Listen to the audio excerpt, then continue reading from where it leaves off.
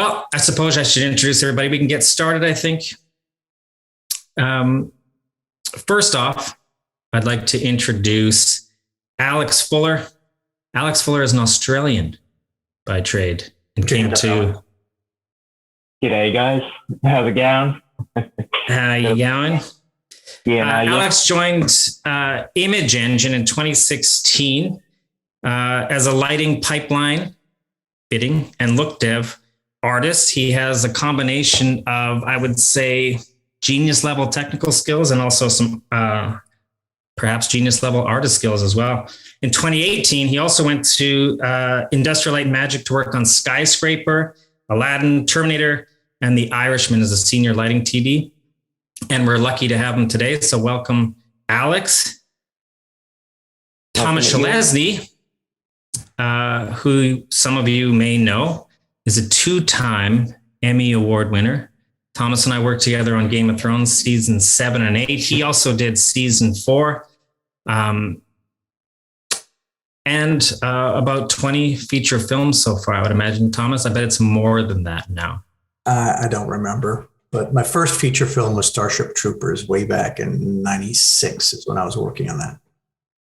It's a collection of our recent pieces, I suppose, we worked on.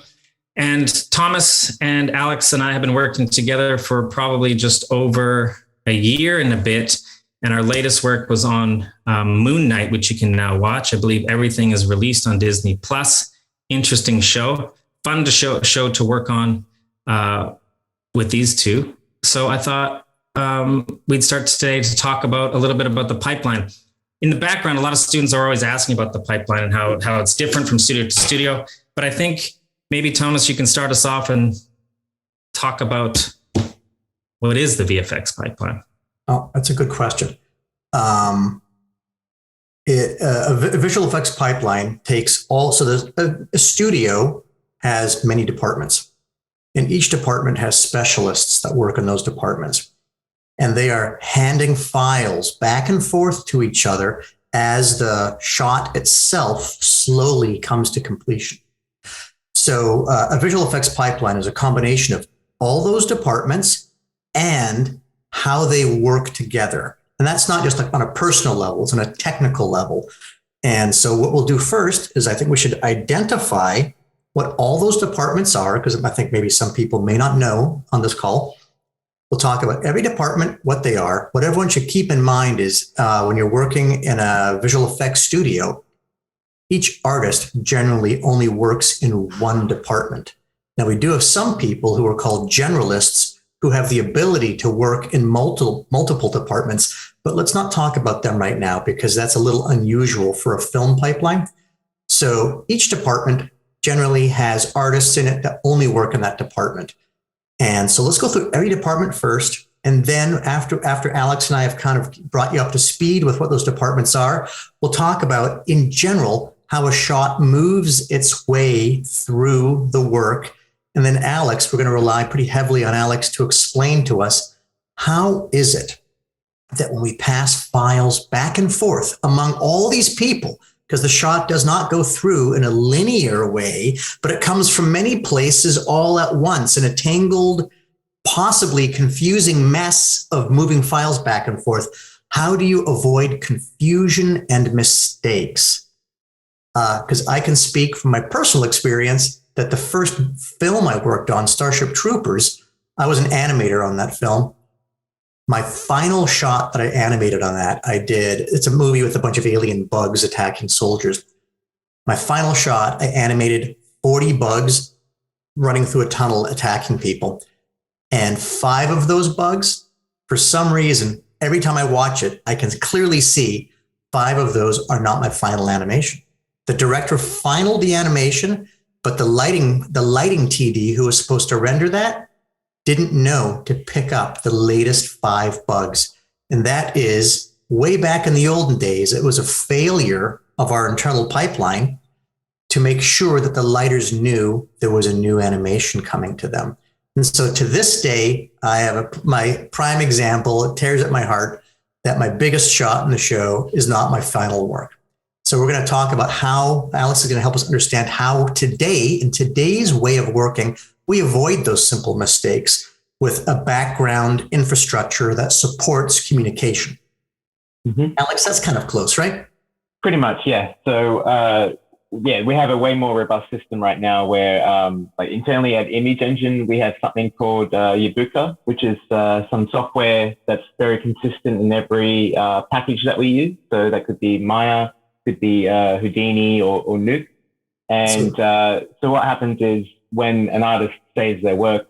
Well, hang on. We should tell everybody the departments first. Sure. And then, because what you're about to do is explain you're going to reveal to everybody how we avoid the mistakes. Because Alex, in mentioning Yabuka, is going to pretty much blow your minds as to how now we've got all these safety stops in place to keep everybody informed. Sorry for cutting you off, but let's show everybody all the departments. I also happen to know it's the next slide that we're about to see. Tyler, let's take it away. Well, I thought before we start too, we should, it maybe for some listeners say, maybe it's helpful to know that a film project is divided into the three initial stages before we even get to that pipeline, like pre-production. Okay. Perhaps, go ahead, Thomas. I was just going to say, this is when the film's developed, the scripts are there. Obviously, the scripts have gone through 5 million rewrites and writes, and then, of course, approvals, the budgets, everything, timelines, the financing secure, the actors, the locations, etc. So pre-production is everything that happens before they shoot the movie. And then production is everything that happens while they shoot the movie, while the actors are there, while the cameras are running. So Tyler, you got some stuff to talk about for that as well during production? Some students are asking, during production too, visual effects people are involved. Like, for example, our last feature film, Swan Song, Thomas was on set to make sure some of those visual effects were going to be, shot in the correct way to make it perhaps easier on us, or to look the way the director wanted them to look. So production does involve visual effects people, and shot in a certain way that, again, when we bring it into the studio, Thomas got the reflections. Thomas set this up right now. It's going to be easier to do this, and this. Yeah, there's a lot of technical things that need to be done and creative things on set. And the only person who kind of knows what it's supposed to look like is usually the director and visual effects supervisor, which would be my role. But how to get it filmed, how to shoot it correctly, falls upon the visual effects supervisor to tell the camera department and the director, here's the next shot. Here's how we have to create that shot so that we get the result that we need miles down the road. And then Daisy. Whoa. That was me. Sorry. Post-production would be the next step, which is where we come in. Everything that happens after the movie has been filmed. So what kinds of things for that, Tyler? Well, the majority of the work, of the VFX work, obviously happens in post-production, but also there's sound that needs to be added, editing. Of course, we have to work to locked edits usually, and hopefully the edit is locked when we start doing our effects. Obviously, when they change the edit, which happens every single show I've ever been on. So our work has to be usually redone or in some kind of way. Then, of course, color grading. Also mentioning sound. Some students were asking me about sound. Sound does have to be locked at a certain sense too. So our visual effects have to be up to a certain level to make sure the sound designers have time to create the sound effects for a timed animation. Let's say usually something that has to happen, a dragon roaring or something like that. And then, of course, color grading is the final process. And the thing I understand here is that editing, visual effects, and sound are all happening at the same time. Mm-hmm. So it is, does the monster roar? When we're like, okay, well, maybe they filmed each take 10 times. Well, the editor has to pick the take. Here's the best version from the film shoot. I like this version. Here's how long the shot is. And then does the sound come first, or we have to animate the monster to open his mouth first? And that kind of depends a little bit, but sound and visual effects often are having to work kind of closely together to see, who goes first.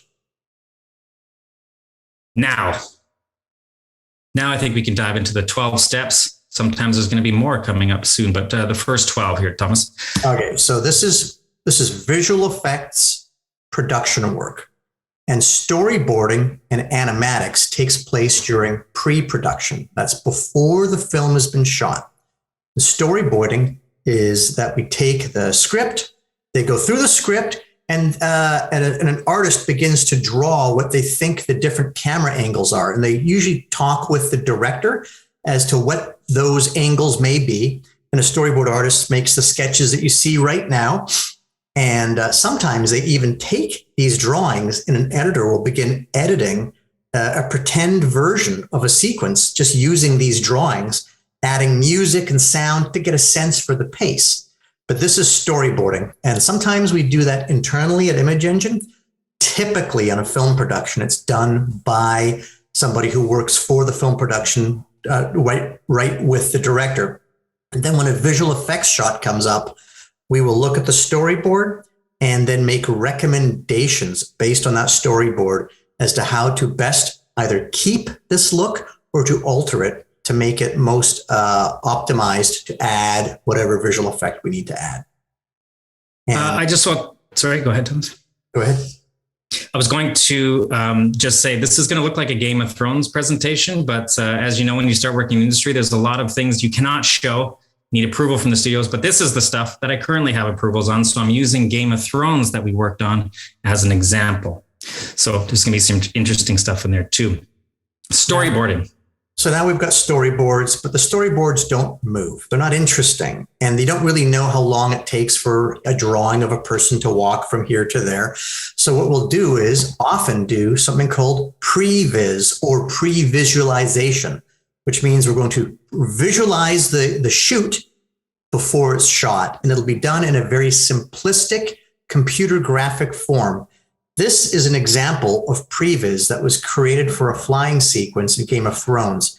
It's fully made out of CG. There's no actors involved. It's all based on what we saw in the storyboards. Very simplistic world around them. To get a sense for how long does the shot need to be? How fast should the dragons move? And so we would get feedback from the client based on this previs to make changes to it. And you'll see in the top right corner, it even says we're using a 75 millimeter lens.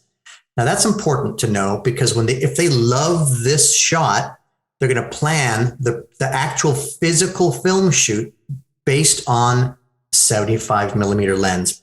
We also have other information down at the bottom of the screen, which will be informative during production while they're shooting.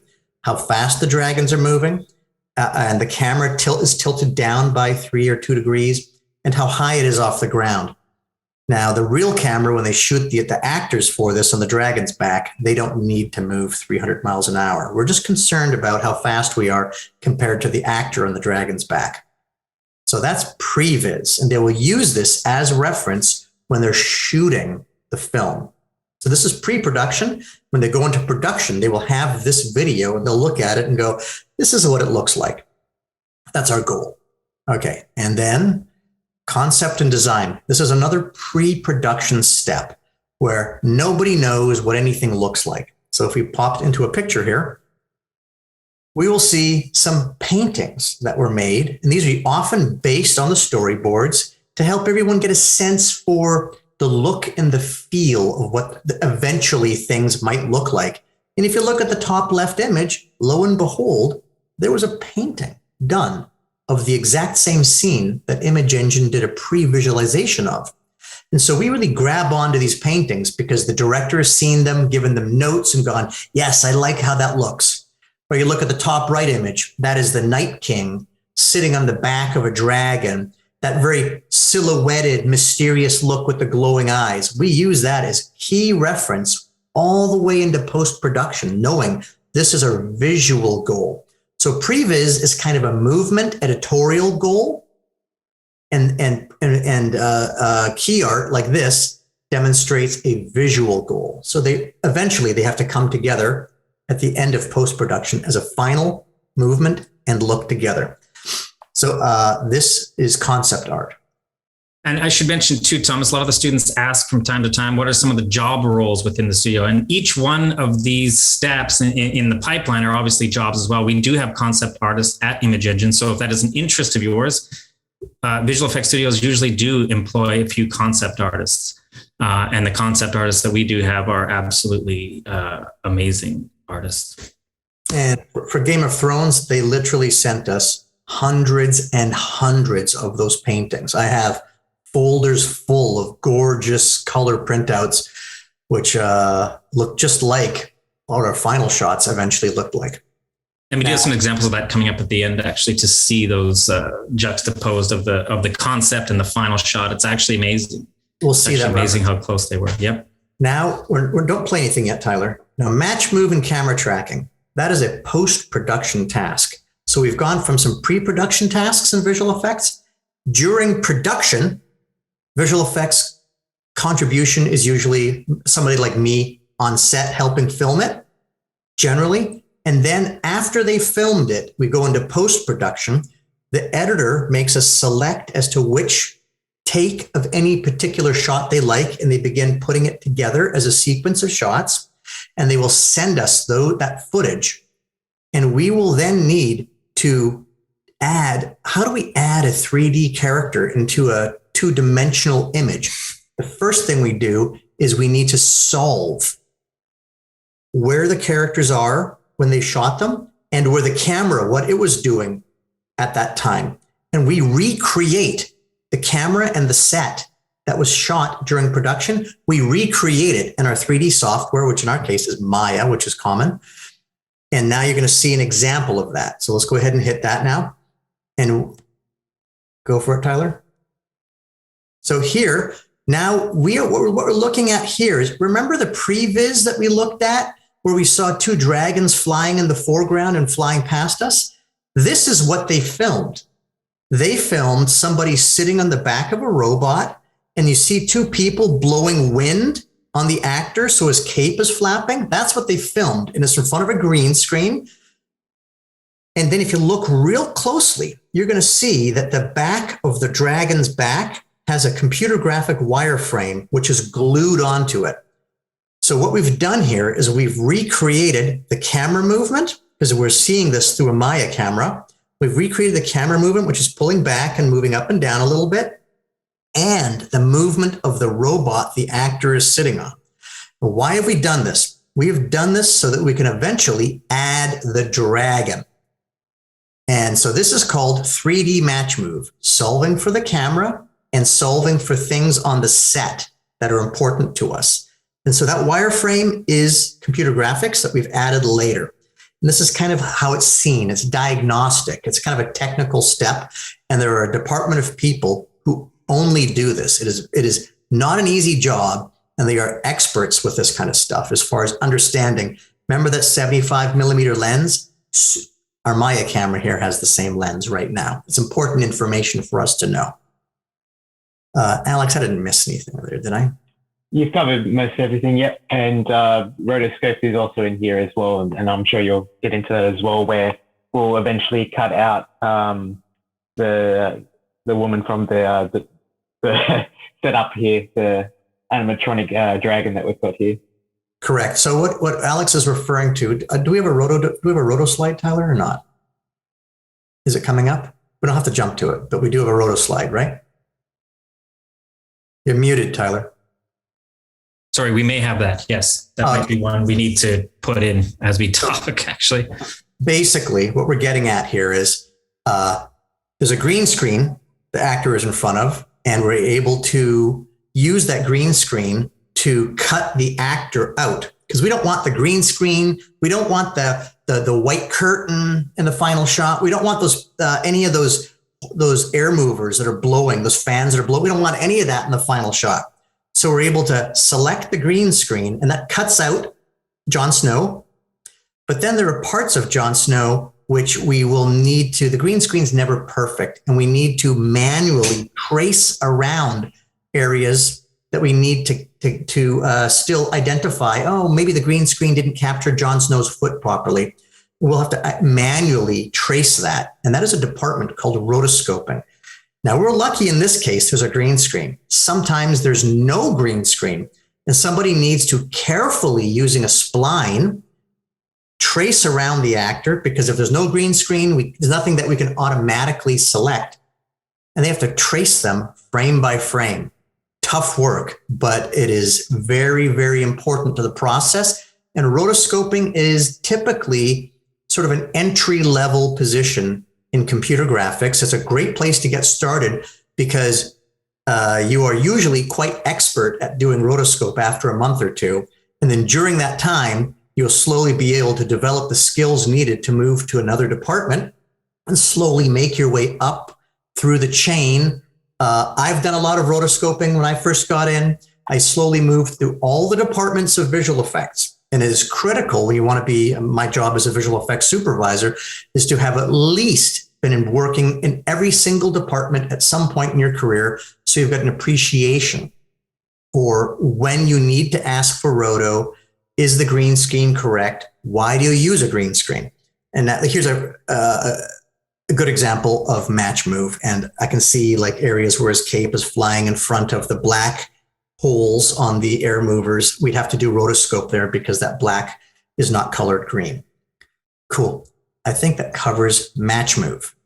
Yes, and just to touch on the rotoscoping, I'm glad you mentioned that too, because I should have called out the department called BG Prep in most studios. Again, as Thomas was saying, that is an excellent entry level into a visual effects studio. Most compers that I know did start out in the roto department. Even match move is a good job to have initially when entering a studio, because that's how you get promoted up and you get a few comp shots of your own if you want to be a comper. So if a rotoscoping job comes up, take it. Oh yeah, you want to get in the industry. Take the first job that's offered to you, even if it's not, you want to, maybe your dream is to be a compositor, or your dream is to be an animator at some point in your future. Take the first job that's offered to you. When I went to my dream company, when I first got into film, it was Tippett Studio in California. They offered me a job as a lighter. I did not want to be a lighter, but I said yes. And I moved to California, and I had that job I was lucky, because I had that job for 2 weeks. And then the owner of the company recognized me from my animation demo reel. And I was given an opportunity to almost immediately move into my dream job.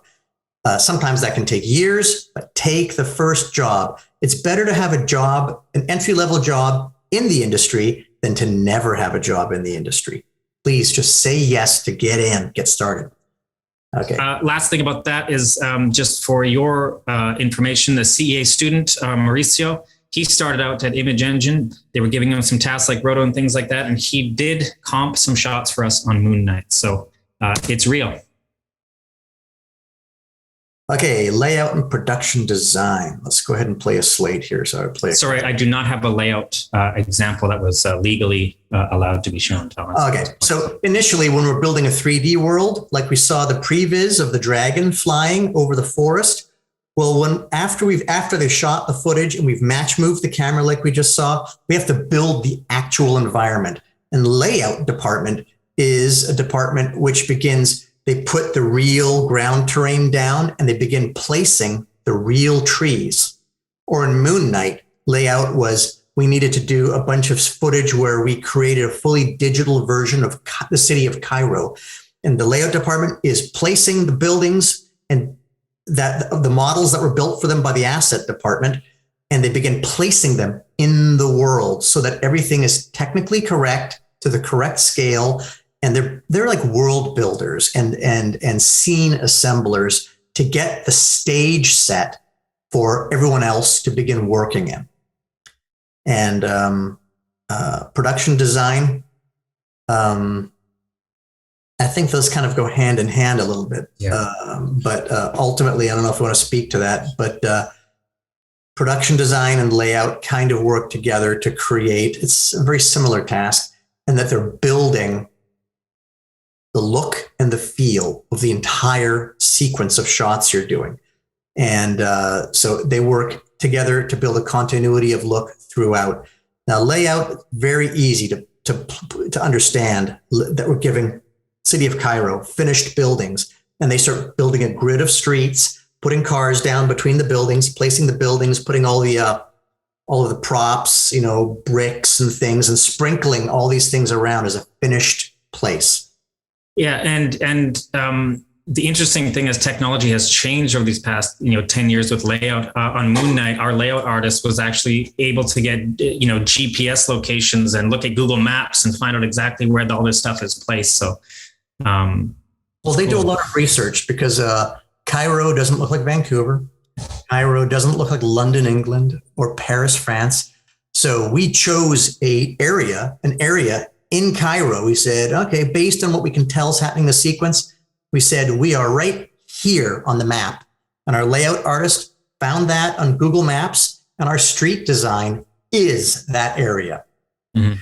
And then we built the city around it that looked more or less similar, but we're putting a logic to it. So we're not doing things arbitrarily. It's not even important to the director that we did that and picked in a spot. But for us internally, it's critical to know, what are the angles of the streets compared to each other? How far apart are the streets? How big are the city blocks? How far are we from old Cairo? How close are we to the pyramids? We have to kind of pick that, and layout is the department that does all that stuff and works with everybody else to make sure that when the final work gets put together, that there's a continuous look that, in our case, that matched Cairo. Yeah, Game of Thrones 2, we used literal GPS locations to map that first season 7 shot out. Never done that before. Correct. And just to add to that, so Match Move would be matching to a set that was built probably in, I think it was Vancouver or somewhere. They would have to, layout would take those cameras and put them all into the one scene. And sometimes it doesn't line up exactly to what we want in 3D. So layout will also add offset to those cameras to make sure everything works correctly. And we can then judge from all those cameras in that sequence where the buildings should have detail. And we can, do a bit of cheating, put instance buildings in the background where we don't need that much detail. And then we can kind of judge from what the layout was doing, the layout department. So that's always important to do. Again, layout's another job in the pipeline. Any students interested in that, also a good way to get in. So what does layout put out there in the scene? Well, sometimes when we first started putting Cairo together, for example, they just put cubes out there for buildings. And then we're like, okay, we'll put a tall building here, a tall cube here, a short cube there. We don't know, but we're figuring it out. Very low resolution models. Based on those positions, someone has to actually build finished buildings. And that's where we need assets, which are 3D models. We need buildings, bicycles, cars, pyramids, all that stuff. Somebody has to build it. And in the case of Game of Thrones, dragons aren't real either. So based on the paintings that we'd received as to what they thought these dragons would look like in the season, every season the dragons got older and looked differently. We had to build a 3D model of a dragon. And so this is a department where people are just building models that look like this. And what you're seeing here are the two different sizes of dragons that we would see in season 8 of Game of Thrones compared to a person. And it's always important that we have our 6-foot generic man character there as reference so that everybody knows these dragons are relatively how big they are compared to a person.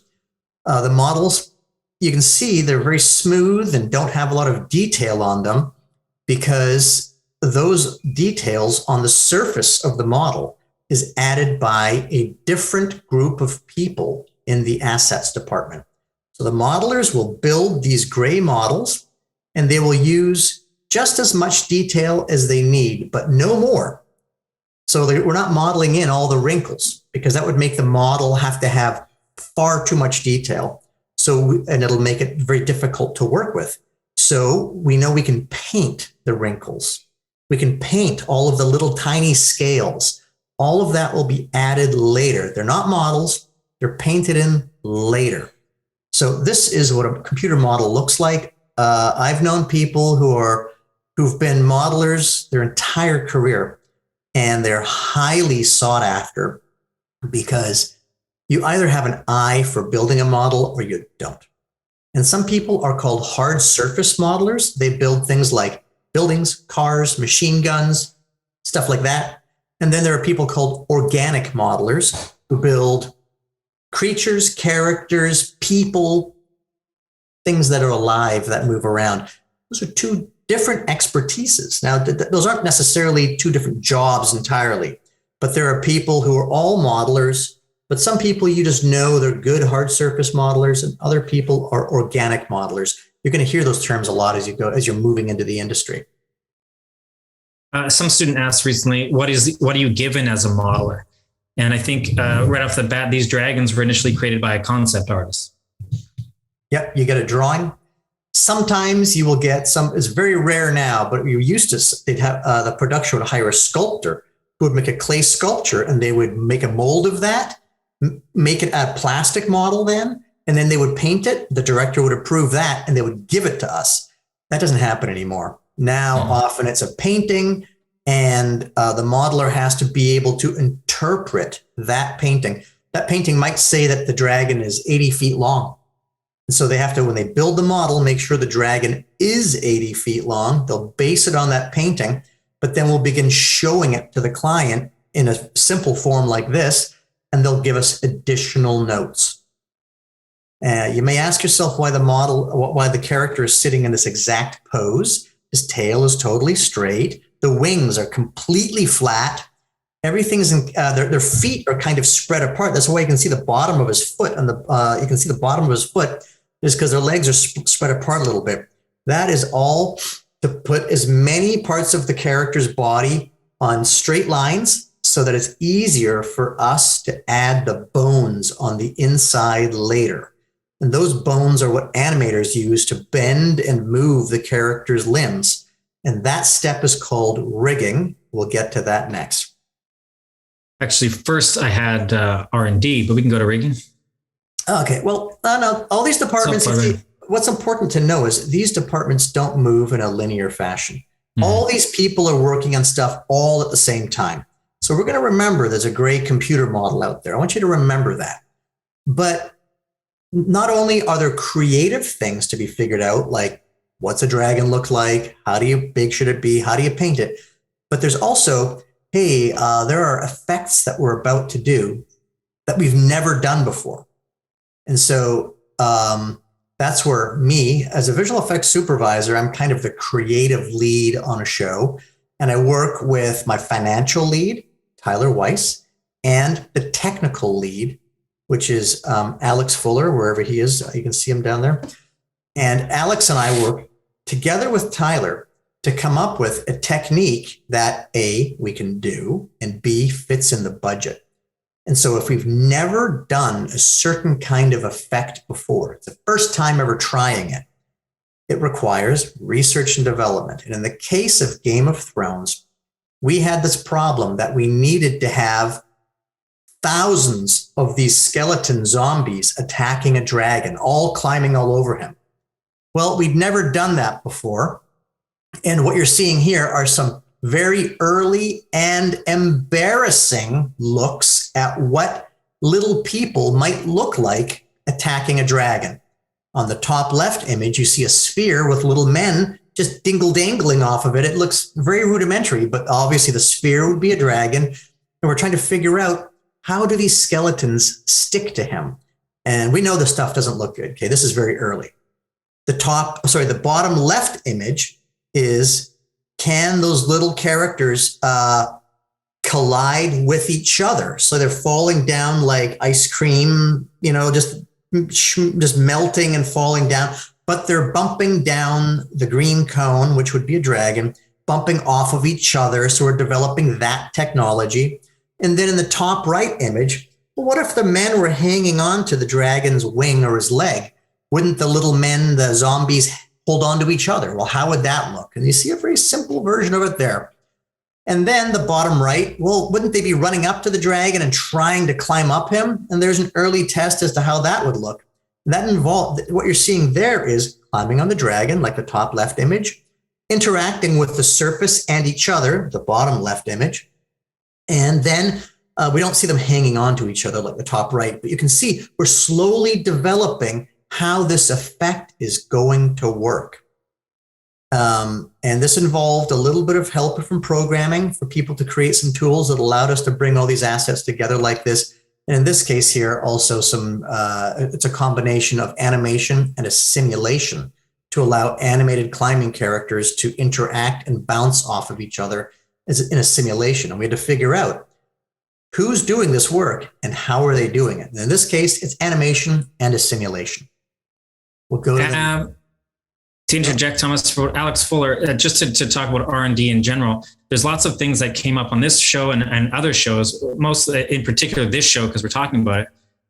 In the pipeline, Alex, we had to render off some different camera angles, some different things like that, which is also a very manual process. And coming from the financial side, when you add in a manual process, you start to eat down your budget and days and time that it takes to render off certain, four angles of one scene we had to create and render. Normally that would be a manual process from the animators or whoever is doing it. So in the R&D process of some of these shots, Alex, Pipeline developed some tools for us to basically the animators to render off those particular camera angles, let's say, with a button. Is that something you do in a lot of shows? And as part of the pipeline is to create efficiencies to save money. Also to save money, but also just to get the time back to the artist to actually do the animation or anything, just to save time for them to continue to do that work and improve it. And at the same time, reduce human hours on the manual processes. Yeah, that's exactly right. We've got software called Gapper that we use, and we've got it. So we have templates, and the artist can just plug in a lot of their work through that, and it's already set up to make like a playlist, like what we see here, and it puts it straight into a database called ShotGrid or Shotgun, it used to be called, and that links exactly into to the VFX supervisor and production, and they can show their work. And it gets also bundled into a bundle system, we called it at Image Engine. And so once that's all the files that are in here are kind of bundled up. So if it gets approved, it'll pass to the next department. But yeah, for this example here, it was quite easy for the artist just to hit a button and just hit render and don't have to worry about steps and save out a specific file name and things like that. It just does it for you, and it will version up as well. So you can have like an unapproved version, a WIP version, work in progress, and once it's ready, you can tag it as approved and then send it to the next pipeline step. Yes, and sorry, Thomas. Ultimately, we will write tools that minimize how much time artists spend doing tasks which are either administrative or technical. If we can pass some of that on to a computer to do, then the artists can maximize their time making the shots look better rather than having to sit and create file names and run processes which are technical. If we can just make a button they can push and then they can just move on to the next creative task, that makes life easier for everybody. That's R&D. Yes, and the input from the artist to the pipeline and working back and forth, creating these new tools. And obviously all those new tools created, hopefully, and most likely are turned over to the next projects, making those next projects that we get in-house more efficient and obviously saving time, saves money. Moving on. Hang on, no, wait. We can't move on yet. Going back. I got a question for Alex. Alex, who writes these tools? We've got a department, an R&D department. And so we've got senior programmers that do some of the harder things, like the in-house or like the out-of-the-box software may not have the support to have these characters stick to walls. So you may have a programmer go in there and just make like a plugin. We've also got pipeline developers, and they're more Python-based, which is a scripting language, and that's more for scripting like that bundle system and things like that. So yeah, we've got a department for that exact thing. So we're writing tools that help the artists, and we're writing tools that support the pipeline. And we're going to get to the pipeline after we finish these departments. Let's keep going. We have to pick up the pace here. I realize I can talk all day about this stuff. So we take the computer model that we saw, that gray dragon, and we have to be able to make it move around. How can the animator flap its wings, make its leg work, make its mouth open and close? All of these little extra colored lines you see, those are skeletal bones that we've added. Nobody will ever see those in the final product, but an animator is able to select that big circle or any little box you see or line that we see on top of the dragon. And those are controls which they're able to select, rotate, or move, and that will pose the dragon differently. You can also see that the animators are not using the finished model. They're using a very simple model with gaps and holes and things in it. Why are they doing that? It's to allow them to work as quickly as possible without the computer slowing down. But then when the animator wants to see a finished render of this animation, when they click render, it will replace automatically this simple model with the finished model and any textures that are painted for it. And so rigging is the addition of all these animation controls. Critical department, I gotta say, hard people to find. If you're good at being a rigger, you'll be highly sought after. They're extremely difficult to hire because everybody wants them. So there you go. This is what it looks like to an animator manipulating the rigging controls. Next. There we go. Got to animate the dragon. So we've seen the controls. We've seen an animator wiggling those controls around. And here's what an animation looks like. The animator is the person who makes the character move. And so here we have some tests that were done of a dragon taking off in the bottom right and flying away with two people on its back, flying away from some stationary zombie White Walkers on the ground. This is all just test animations to discover what's a dragon look like when it flies away. The top left is a dragon in flight. So what we're doing here is we're trying to see, how does a dragon this big look like when it's flying? And the animators will then, after the client has seen these test animations and they go, yeah, that's kind of how it looks, then these tests are given to all the animators on the show to study and go, this is how big and heavy it needs to look. If his movements were too quick, he'd look like a butterfly or a small bird. So we have to have these giant, supermassive movements. Animation, this is what it looks like. It's where I came from originally in my film career. So it's a department that I hold near and dear to my heart. Moving on. I'm going to ask Alex for help on this. Effects and simulation. This is the creation of animations based on actual physics. So the kinds of things we would make is water, fire, smoke, cloth, cloth, even cloth on a person will have to be run through a simulation. So it bends and wrinkles and flaps naturally. None of these processes are done by an animator grabbing a control and moving it around.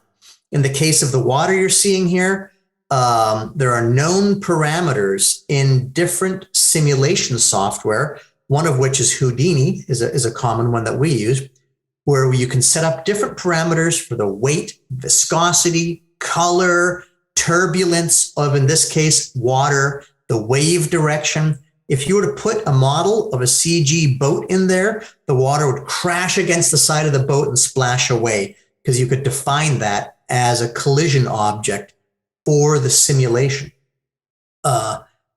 Alex, you have to help me here. What other things do we do? Smoke, clouds, what other kinds of things are simmed?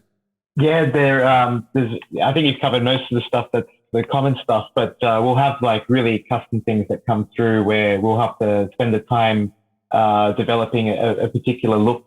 And I had one project in the past, one good example is these zombies, but one that I can think of is we had to make a very custom hologram effect in a movie called Kin, and there was no kind of like the client wanted a very particular look, and you got to spend the time like with a FX simulation just to make it look exactly how it should look.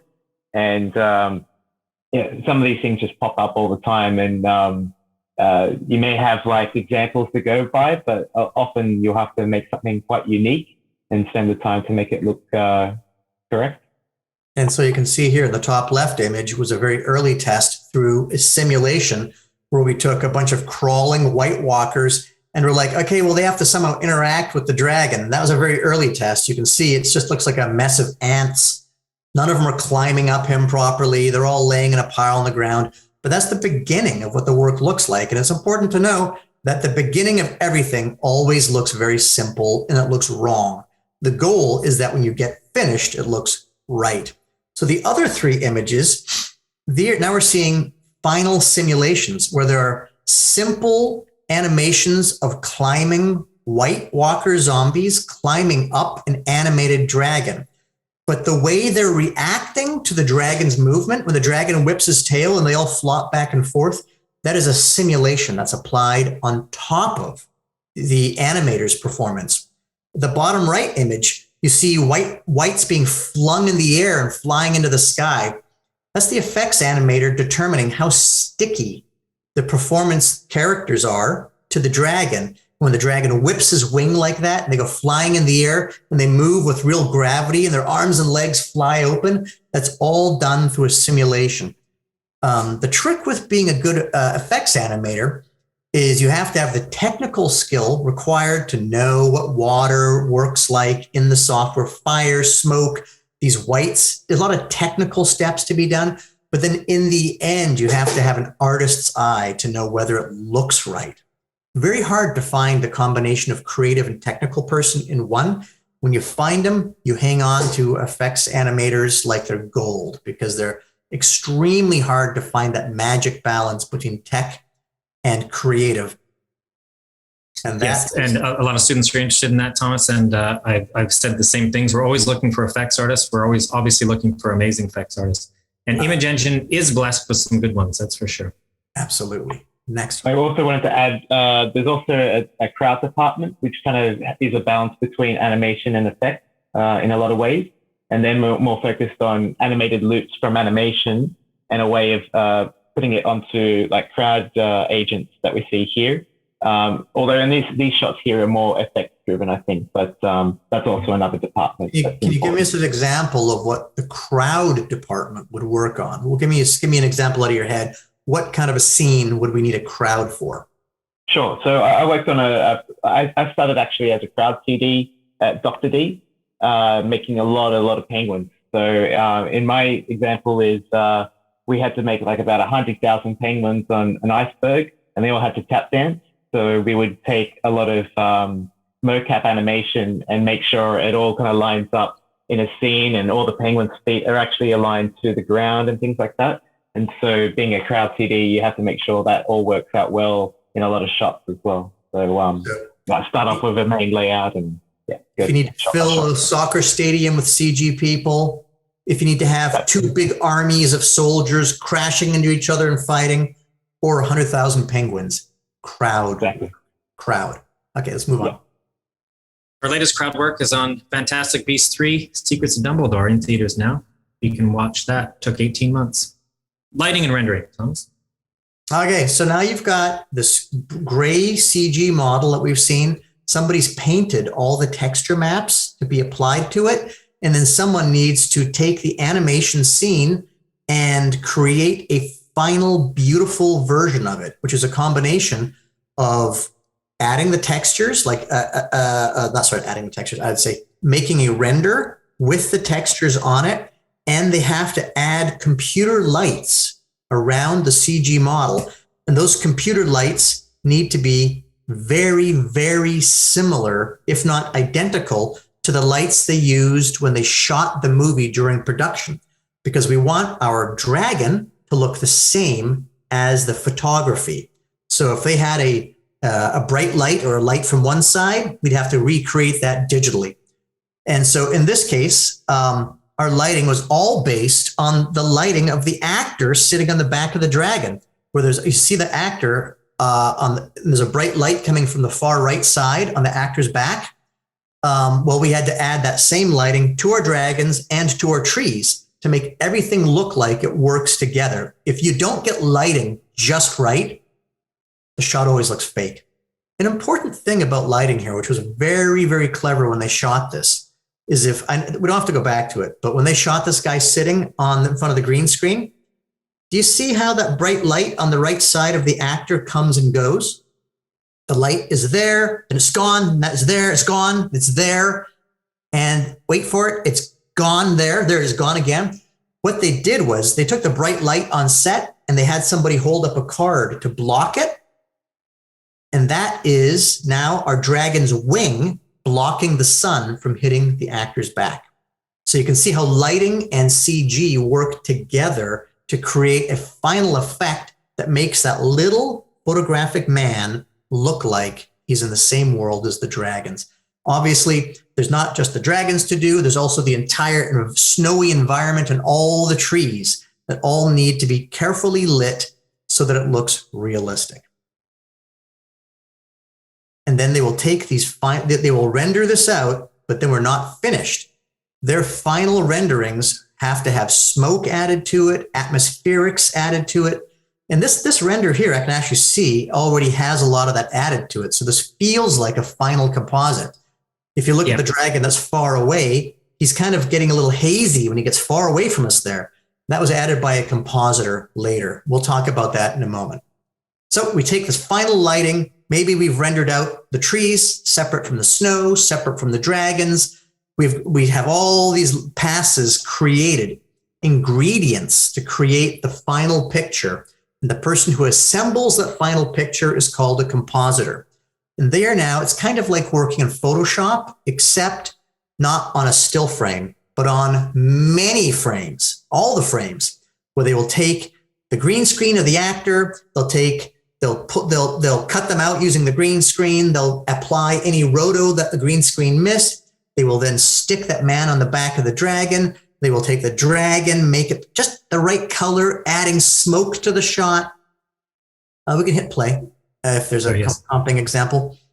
And they'll make dragons that are far away from camera to see how hazy that dragon looks there in the distance. So basically, what's important to see here is we see a painting from pre-production and a final from production. And there's a bit of the computer model there as well. See all that smoke? That's an effects simulation. And we've added all the ash, all added later. Here's a painting. Here's a final composite.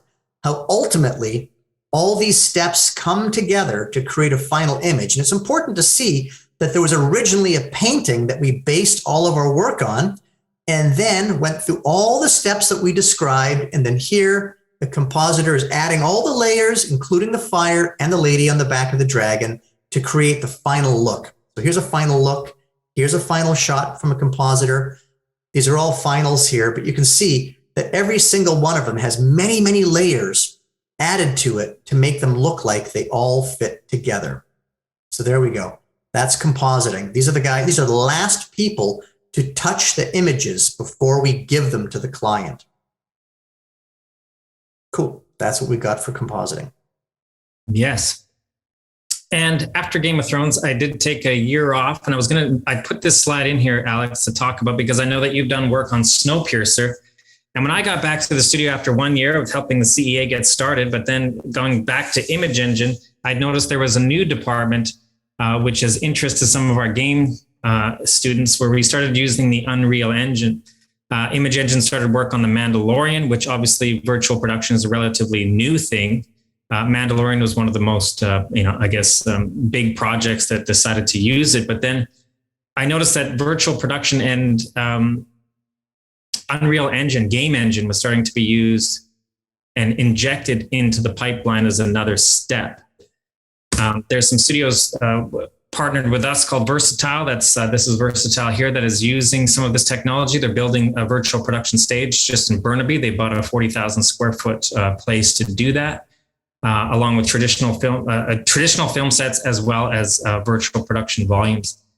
How much are we using the Unreal Engine now, and how much is it integrated into pipelines and visual effects studios anywhere, Alex? Is that happening? Yeah, it's very new. So a lot of studios are cautious about it, but they're very, very optimistic. They definitely want to use it going forward. It just speeds up a lot of the process, like especially when you're filming an actor or actress in in this kind of like film production virtual world, you can get all the bounce lighting and all that kind of effect on the actor or actress, and it makes it a lot easier to integrate later on when we have to like these renders here will be filmed on set, but they won't be at like 100% looking correct. But it makes it such a good guide from that point onwards to work from. But yeah, sorry. I'll also point out from a supervisor who's been on set many times. Do you see how we have beautiful sunset lighting in the background of this?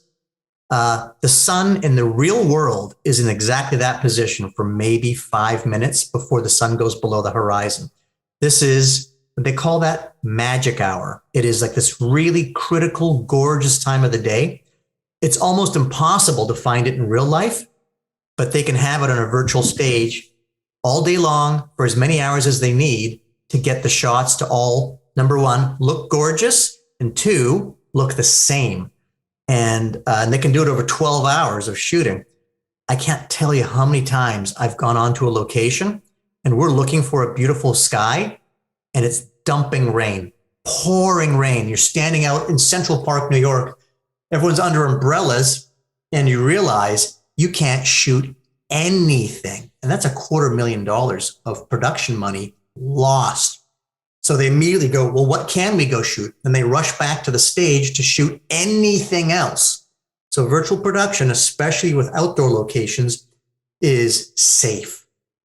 Guaranteed sunset, guaranteed all day long. So anyways, go ahead, Alex. I just want to throw out there. It's got a production benefit.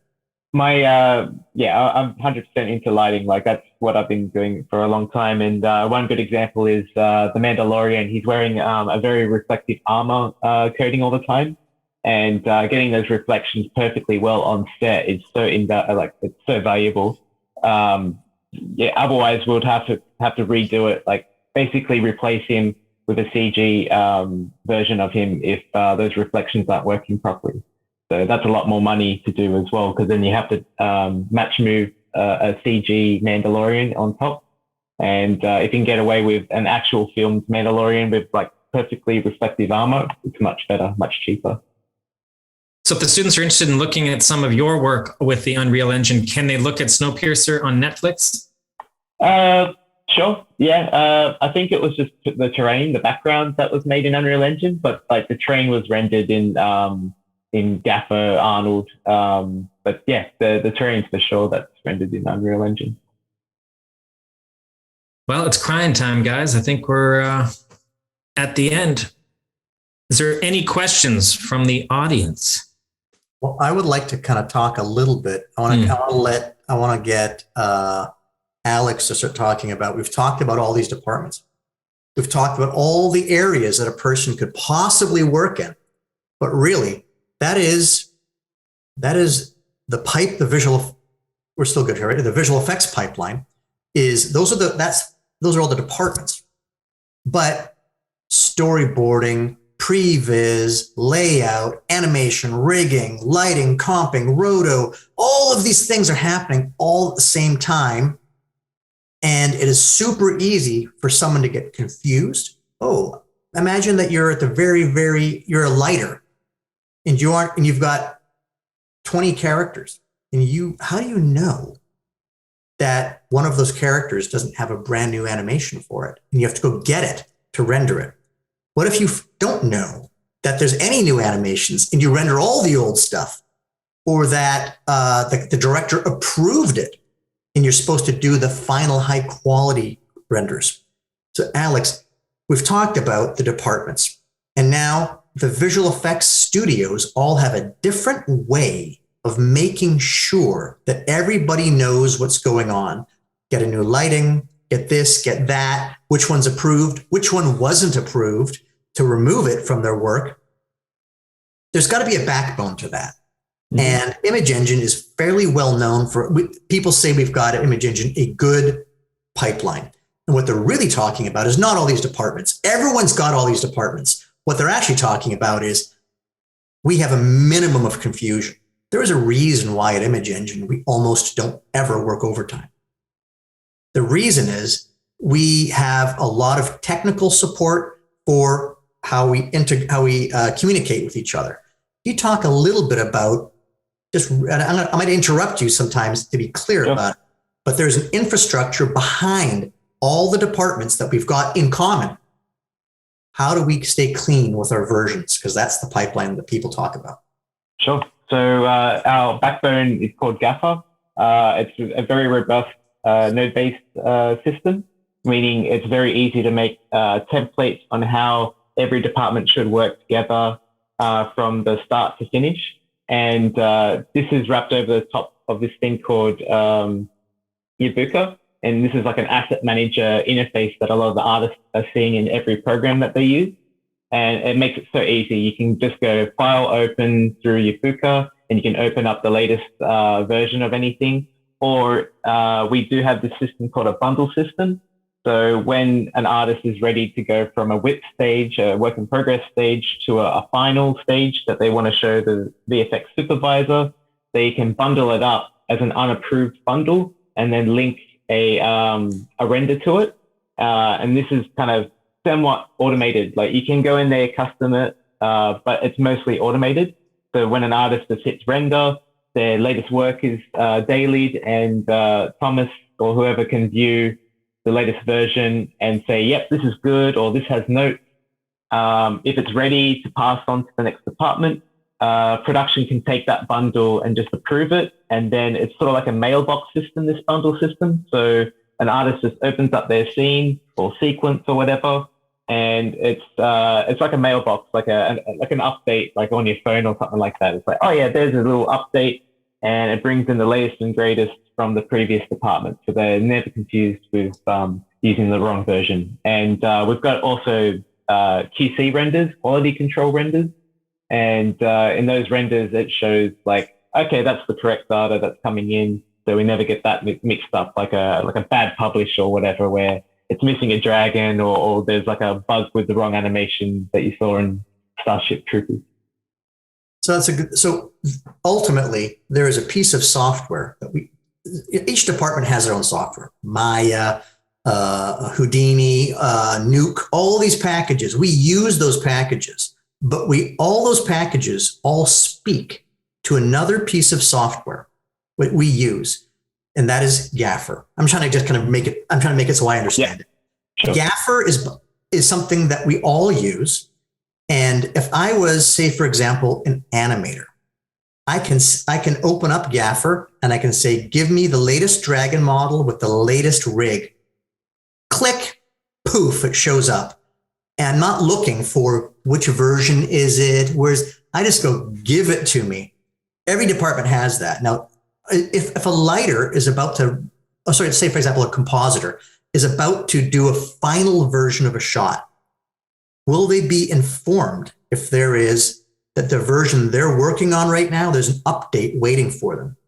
They'll be informed, hey, hold it. Before you do a final composite, there is a new lighting version that's been created and it's not in your current scene. Yeah, so we've got, go on. So you get told automatically that there is newer stuff in the cloud waiting for you than you have in your current software. That get rid of the old stuff, give me the new stuff, update, clean. Remember how I told you when I was working on Starship Troopers that 40 bugs, 5 of them aren't the final animation? Back in those days, because I was working on the bugs in groups of 5. And I would take, this is so embarrassing. This is back in the mid 90s, okay? I had 8 Post-its. And I would go to the lighter's desk and I would replace a Post-it and stick it there and say, okay, that group of 5 has been updated to this version number. And they would have these Post-its at the bottom of their screen telling them, and where things went wrong is they didn't look at one of the Post-its to know they had to do an update. That is the worst possible way to do it. Now the software does it all for us. Now, Alex, who creates this pipeline? Like, it's unique to every studio. Every studio has their own way of doing this. Why is ours different? It's unique because we wrote it ourselves, yes. And who does that job and how do they get that job? Yeah, so so Image Engine spent the time and hired really good R&D developers early on, and also maintains those developers in-house. And how they would get those jobs is it's always good to have like a computer science background. It's very much, you can jump between a lot of companies that do visual effects or video games. They're all kind of like the same kind of knowledge base. I'm actually more self-taught, so there's multiple avenues to get in as well. I just learned there's a lot of open source code online, and Image Engine actually have Gaffer as open source, so you can actually read the code. So if you are inclined to learning programming, you can use actually Gaffer to study how it was written. We have R&D developers that just maintain it online, on GitHub. It's really cool. That's how I learned it as well. You could actually go get our version of Gaffer today and learn how it's done. And it's important for every department in visual effects. The best people to hire are people who are naturally curious. So anybody who has any inkling as to, I want to work in technical support or learn how to do pipeline eventually, your natural curiosity would be, I'm going to go to GitHub and I'm going to go get Gaffer. I'm going to get that today and poke around and learn, take it apart. What is this? How does this all work? What's it written in? So Gaffer itself is written in C++, but the pipeline that sits over the top to script it, to control it in an easy fashion, is written in Python. So and that's standard. That's very standard in the industry as well. C++ Python. There you go. That is the secret sauce to the Image Engine pipeline, and it's out there right now. I'm a creative person. If I were to go to GitHub and get that thing and open it up, it would look like a mysterious pile of letters to me. I wouldn't understand it because I don't have the affinity for it. And it's important to know that as you move through your career, that the areas where you'll feel your strengths, you'll feel your interest pulling you in different ways. And as you move through your career, opportunities will open up for you to shift toward your goals. But at first, we said this at the very beginning, you're going to have to take the first job that's offered to you. Get in the industry. Take the first position. Now you're working. And then you'll be looking for opportunities, but at least you'll be making some money where you can either spend your spare time studying Gaffer to move eventually in that direction if you chose, or your spare time studying animation more to eventually go in that direction. But the trick is to get in. I went to film school way back in the old days. It was the only way for me to get in. I know that some people are self-taught. Personally, I feel like they're disadvantaged when they're entirely self-taught for some of these departments because they're often trying to learn things. They're reinventing the wheel, and the wheel has been in existence in visual effects for 30 years. And so if you get an education in the field, at least a professional in the industry will say, here's a wheel. Don't have to invent it. Here's a wheel. And now it's your job as the next generation to use that wheel to the next step. So you aren't learning all the things that took me 30 years to learn. Under the correct mentorship, you'll get 30 years of education in a year. It's not that hard to catch up to me and then take it to the next level. And that's what we're looking for you to do. So that's that. Questions and answers. We have one from Tanish. Do the artists get creative freedom in post-production, or do they just follow what's been told? Good question. It is. At first, you're just doing what you're told. At first, when you don't know anything, even if you're a top student, if you've got no experience, you are just doing what you're told until people go, that person's trustworthy. They've got a good eye. They understand how it's done. The last thing you want to do is have someone go wild and make a horrible mistake on a shot. So at first, you're generally doing what you're told. Ultimately, I mean, me, 30 years, everyone's got a boss. I do what the director tells me. I instruct the team that they're supposed to do what they do, and then they apply their talents to those general notes. So you can't do just anything you want, but there's a lot of freedom within that. Once you're experienced, there's a lot of freedom to do an amazing job at the general guidance that the director gives me and I give to the team. Finish off, Tanish. How do you deal with failures? Well, Thomas cries a bit and then he kind of gets angry and then well, Tyler, we can all agree on this, but I fail all the time. I fail often. How do I deal with it? The first time I blew it in front of a bunch of people, I was super embarrassed. I did it in front of the entire crew by accident, and I felt like a fool. I still remember that moment because it really stung me at first. Since then, I've made a million failures, and I just don't care. I just don't care. You fail on a Friday, come back to work Monday. The most important thing to do is do not quit or lose heart. If you're around long enough in the industry, eventually people start handing you statues and you just keep going. You have to be tenacious. The failures, whatever. I'm not embarrassed if I make a terrible drawing or say something incorrect. Doesn't bother me in the least now. You just get used to it. Everyone makes mistakes. The idea is that we all learn from them and just move forward. If you're not failing in visual effects, I don't think you're doing it right. There's failures every day in our work. You just take a beat. The person who hates the failure the most is you anyways. All of us experienced people, we watch someone who's new and they make a mistake. I don't care. I'm like, okay, here's the fix, do that. The new person will hate themselves for making a mistake because the worst critic of yourself is you. But no one else remembers that stuff. As long as you stay calm, handle yourself maturely, and be humble. Image engines very careful who they hire. And we only hire humble people. We don't look for people with a big ego. We can tell those people during the job interview if someone's got like an ego or they're acting a little bit like they're special when we all know none of us are special. We're not attracted to that kind of person. Humility and honesty those are two words you should remember for the rest of your career. That's how I've gotten through to this point, is just to be tenacious and honest. And I never think I'm anything more than I am. I'm just me, and Tyler and Alex the same. Here's a hard one. How can one become an art director and maybe be like Christopher Nolan? Two-part question. If I knew how to be Christopher Nolan, I'd already be doing it. So I'm not sure to answer that, but two-part question, right? How to be an art director. Now there's two different roles. So if you're talking about doing concept art, I don't think so. You're talking about production art director for a movie. As I'm guessing that means like, how do you create the art direction for Batman, the overall look and feel of the whole film?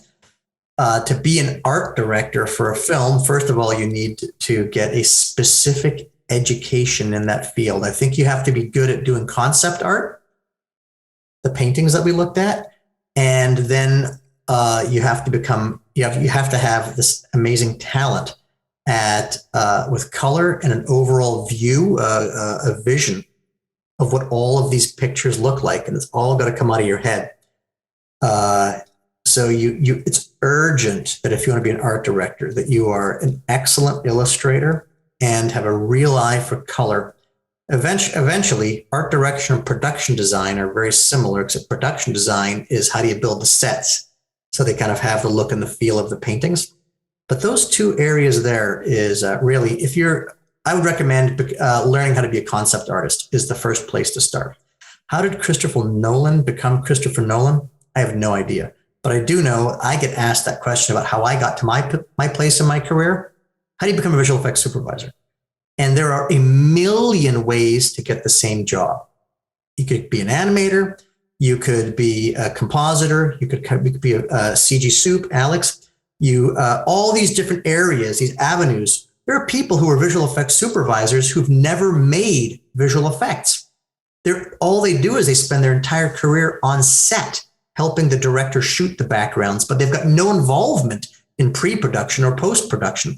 So there's a million ways to get to these goals. The idea is you have to get a base skill set. And if you want to be Christopher Nolan, I think you need to do two things: become an art director, a concept artist, and at the same time, you need to learn story, which is you need to learn how to write scripts. If you can write a script, you'll understand story, and then how to take those words and make them into a painted picture. To me, that is the key to the beginning of a directing career. Siddharth, how much time do you get to finish each scene? Okay, I'm guessing that means every shot in post-production. Alex, help me here. Sometimes they send us a background, and then we send them a finished shot. There is a time in, and that can be a broad range, right? Mm-hmm. Yep. It really varies, depending on how much time we've got to work on it. It could just be a couple of months. It could just be a couple of weeks.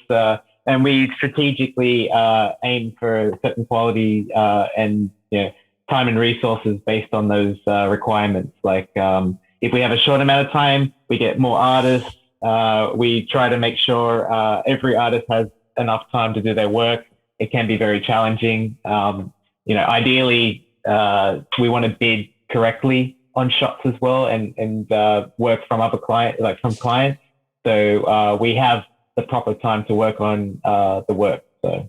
And it also depends on what's going to be in the shot. The example we saw of the two dragons flying over the snowy environment, I'm guessing 5 months of work to get to that final. But if it's just a shot with me sitting in this room and suddenly a puff of smoke appears next to me, poof, or something simple like that, it's only one other department working on it, then we could make that shot finished in 2 weeks. Thomas, how long do you think we worked on that ice dragon shot crashing into that building and going around? Nate Fitzgerald. Oh my God. A year? That was a super complicated shot. And it was the dead dragon on season 8. It crashed, it fell out of the sky and it crashed into a fort. And it was smashing around in the fort like crazy. And yeah, that was probably a year of work to get to the finished product. Yeah. It was very complex. We started that during pre-production. Then that was used for the production photography. And then we had to redo the work to make it fit, to finalize the work for post-production. That was about a year of work. Also, the timeline is determined by the client too. And when they get the posters out to say, hey, this TV show is going to be airing April 1st, we've got till April 1st usually to do it. So the other thing I think that most artists will say that they're never finished that shot. They could work on it forever and ever. So the best thing that we have is a schedule from the client to tell us when we're done, because that's when we're actually done. And usually that means we're almost done, even when the schedule comes up. We often go past schedules. But again, the nice thing about working in television, especially, is that they announce that they need that to go on air, and that is our finish line. What are the different positions, job roles, in the journey of a 3D modeling artist? Good news. Take the first of all, I would get an education on learning how to model. Or learn to model. I'm not going to say which school or anything like that. Obviously, we're with the CEA, but ultimately, I think you want to have someone teaching you that. And the people who are helping you learn that, you could go ahead and learn it on your own, but you're going to build models that are not to the standard or correct technical spec needed at a visual effects company. So you can build a nice looking model at home, learn it yourself. But when you get to your first job, it won't be usable. They'll be like, why are there a trillion polygons in here? Why are the UVs all wrong? There'll be all these questions where you haven't learned the skills needed. The benefit with getting a formal education is the people teaching you is it's critical that they are active industry people teaching you this stuff, because then they can say, hey, I built a model for a film yesterday, and here's how it's done. And they'll, again, give you this huge head start on how to learn how to build computer models. The journey to becoming a computer modeler doesn't involve many steps. After you finish school, you have to have a fantastic demo reel showing your work, showing you can build models. That's a note for anybody trying to get a job in visual effects. No one really reads your resume. The paper that says what you're doing, no one really cares that much about it. Your cover letter is nice, but it's less than 1% impact. It's your demo reel. That is everything. So if you go to school, do not waste your school time by hanging out with your friends on a Friday night. be at school as much as you can, modeling, animating, doing all your projects, remembering that you must have a demo reel. So the journey to becoming a modeler could be as simple as going to school and being hired as a modeler right away. It can be that quick. Now, if it doesn't happen, or the timing in the market, people aren't hiring for modelers yet, then I would recommend taking the first job available. It might be doing rotoscoping. It might be doing little paint cleanup on backgrounds. I did paint cleanup too. Take the first job available, but you're going to be waiting for someone to say, hey, anybody know how to build a model? And you can go, I know how to build a model. And make sure you don't lie when you tell people that kind of stuff in your career. If someone says, anybody know how to build a model? If you don't know how to build a model, do not put up your hand. It's your responsibility to make yourself ready to put up your hand. And that means when you put up your hand and say, I can do that, you're saying that, and you're not a liar. Because you kind of only get one chance. And if someone says, who can build a model? And you lie and say, I know how to do it perfect, and you screw it up, you'll never get that chance again. You've wasted a huge opportunity. So please make yourself ready to say yes by always improving your skill set. Last question, Thomas, you're sort of just about to touch on it. How do you want me to create my portfolio for my first job? I think that meaning is, what are you looking for on that demo reel? I think it's also good to touch on how long maybe it should be.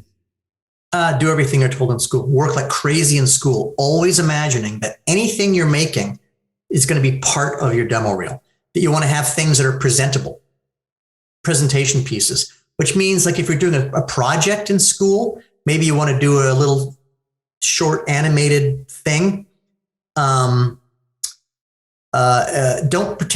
try to make Lord of the Rings. You want to make your demo reel look good for the area that you want to work in. So if you want to be a good compositor, your demo reel better have great looking compositing, and no one cares really about your computer models. If you want to be an animator, then the animated characters can just be gray colored. They don't even have to have textures on them, but it's got to be great animation, showing that you can make the character have nice flowing movements, doing things like this, that you can make things move and look realistic and at least look naturalistic and look convincing. If you want to be an effects animator, you better have hey, here's a puff of smoke. Here's a bit of fire. Here's some snowflakes falling. Here's a wave crashing. But you're showing that you're interested in these areas and you can do something in those areas. And you should listen very carefully to your instructors as to what to do and how to do it. Because if you show a demo reel and it's showing something that's technically awkward or incorrect, the people who might be hiring you will see that and go, they're not ready. I would keep your demo reel short. Don't. So if you've got 10 great looking shots and 5 kind of crummy looking shots, your demo reel should have 10 great shots. Don't put in stuff that looks like it's not top level. Why is that? If I put in 10 great shots and nothing else, then the company that's looking at it will go, this person may have 100 great shots. They won't know that's all you've got. But if you show 10 great shots and you stick in those 5 kind of crummy shots in the middle, they'll go, no, they only had 10 great shots, but they'll only remember the crummier ones. It'll make everything look less impressive. So you kind of have to keep the reel shorter and only show your best work. This other question is basically, as you say, take the first job in the studio. There will be opportunities to move around the company as you did. If you are a rotoscoping artist, you want to be a compositor. Even I would imagine once you're inside the company, if you are a rotoscoping artist, if you actually want to be an animator, as Thomas's experience was, you just wait around and put your hand up when that animation position comes in. They've already known you. They already know likely you can prove yourself in that particular department, and there's more likelihood to get a shot in an animating position, even though you're not hired as an animator. And if you're not ready for something someone's asking, there is a way to say yes without lying. Thomas, then I'm going to go back to 1998. Thomas, can you go on set and shoot this movie for us? Do you know how to do that? And here's how I got my first job on set. No, I don't, but I can learn it and I'll be ready. I'm honest that I wasn't ready. And my boss came on set with me for the first 2 weeks of a 4-month shoot. And he was there while I shot the first backgrounds.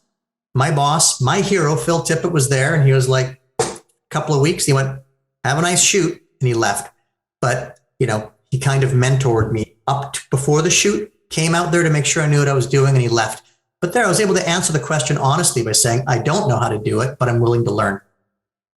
I would never have said, oh, yeah, I can do it. Oh, absolutely. Trust me. Risky business. Well, that's that, guys. Well, certainly hope that we've helped people understand all the departments and the infrastructure behind it creates the visual effects pipeline. Thanks for joining us today. And shoot us a message at the CEA. And if you have any other topics, perhaps you'd like more clarity on, we can put something together in the coming weeks, coming months. They've got a while yet. I think that's it. That's everything. Hey, thank you very much, everyone. Thank you. Thanks, everyone.